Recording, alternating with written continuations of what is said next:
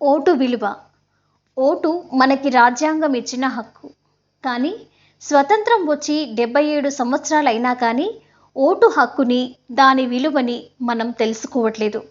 అసలు ఓటు ఎప్పుడు మొదలైందనే విషయానికొస్తే దేశానికి 1947లోనే స్వాతంత్రం వచ్చినప్పటికీ మొట్టమొదటి సార్వత్రిక ఎన్నికలు జరగడానికి 5 ఏళ్లు పట్టింది. స్వాతంత్రం తర్వాత కూడా భారత్ కొంతకాలం బ్రిటిషర్ల పర్యవేక్షణలోనే ఉంది. 1952లో దేశంలో తొలి సార్వత్రిక ఎన్నికలు జరిగాయి. భారత రాజ్యాంగ రచన నవంబర్ 26, 1949లో పూర్తయింది. 1950 జనవరి 26 నుంచి రాజ్యాంగం అమల్లోకి వచ్చింది. రాజ్యాంగం అమల్లోకి వచ్చిన తర్వాత తొలి ఎన్నికల సంఘాన్ని ఏర్పాటు చేశారు. మొదటి ఎన్నికల కమిషనర్గా ఎవరిని నియమించాలనే అంశం తెరపైకి వచ్చినప్పుడు ఐపీఎస్ అధికారి సుకుమార్ సేన్ పేరును నెహ్రూ సూచించారు. అప్పట్లో ఆయన పశ్చిమ బెంగాల్ ముఖ్య కార్యదర్శిగా ఉండేవారు. అప్పటిదాకా భారతదేశం చూడని ఓ బృహత్ కార్యాన్ని సుకుమార్ సేన్ భుజాలపై మోశారు. అయితే జవహర్లాల్ నెహ్రూ ఎన్నికలు త్వరగా జరపాలని ఆరాటపడినప్పటికీ సుకుమార్ సేన్ మాత్రం తొందరపడలేదు. దేశవ్యాప్తంగా ఎన్నికలు నిర్వహించడం అంటే చిన్న విషయం కాదు.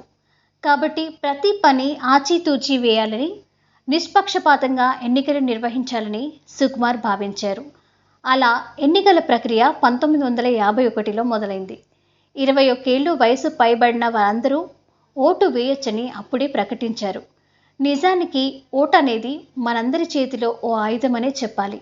ఎందుకంటే దేశ భవిష్యత్తును నిర్ణయించేది ఓటు. దేశ చరిత్రను మార్చేది ఓటు. ఓటుకి కులం, మతంతో సంబంధం లేదు.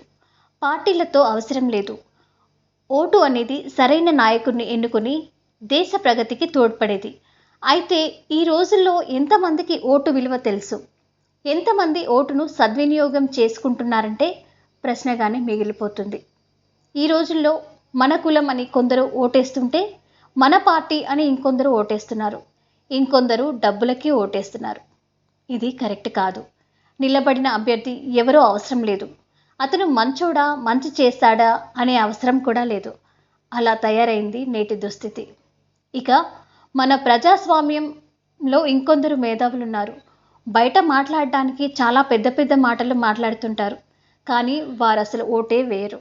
మరో విచిత్రం ఏంటంటే ఎలక్షన్ రోజుని హాలిడేగా భావిస్తున్నారు ఇంకొందరు. ఇక మరికొందరైతే ఓటు వేయటానికి లైన్లో నిల్చోవాలంటేనే అదేంటో నామోషీగా ఫీల్ అవుతుంటారు. ప్రపంచంలోనే అతిపెద్ద ప్రజాస్వామ్య దేశంలో ఇది పరిస్థితి. సమాజం బాగుండాలి, రాష్ట్రం బాగుండాలి, దేశం బాగుండాలి అని కోరుకుంటే సరిపోదు. దానికోసం కష్టపడాలి. ఓటు అనే హక్కుతో మంచి వ్యక్తుల్ని చట్టసభలకి ఎన్నుకోవాలి. డబ్బులు తీసుకొని ఓటు వేసేవారికి ప్రశ్నించే హక్కు ఉండదు. అలాగే కులం చూసి, పార్టీ చూసి డబ్బులకి ఓటు వేసే మేధావులకు కూడా ఉండదు. ఓటు హక్కుని సక్రమంగా వినియోగించుకుంటే అన్ని సమస్యలు తీరిపోతాయి. ఉచిత పథకాలను చూసి ఓటు వేస్తే తర్వాత ఆ భారం మన మీదే పడుతుందని తెలిసి కూడా ఓటు వేస్తుంటారు. సోషల్ మీడియాలో ఓటు విలువ గురించి ఎంత ప్రచారం జరిగినా మన పోలింగ్ శాతం 50 నుండి 70కి మించదు. ఎప్పుడైతే పోలింగ్ శాతం 90కి మించుతుందో, కుల, మత, పార్టీలకు అతీతంగా ప్రజలు ఓటు వేస్తారో అప్పుడే డాక్టర్ బిఆర్ అంబేద్కర్ గారి రాజ్యాంగానికి అర్థం ఉంటుంది. ఈసారి ఎలక్షన్లో అయినా మంచి చేసే అభ్యర్థిని చూసి ఓటు వేస్తారని ఆశిస్తున్నాను. మనం ఓటు వేసే అభ్యర్థి మంచివాడైతే చాలు. మన కులం వాడు కాకపోయినా పర్వాలేదు. మనం ఓటు వేసే అభ్యర్థి నిజాయితీ పరుడైతే చాలు. మన పార్టీ వాడు కాకపోయినా పర్వాలేదు. మన ఓటు చాలా విలువైంది.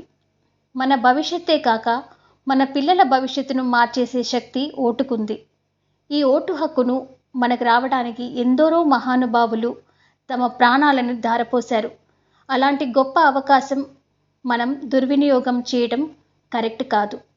ఆలోచించండి. ఓటు విలువ తెలుసుకోండి. ఆలోచించి ఓటు వేయండి.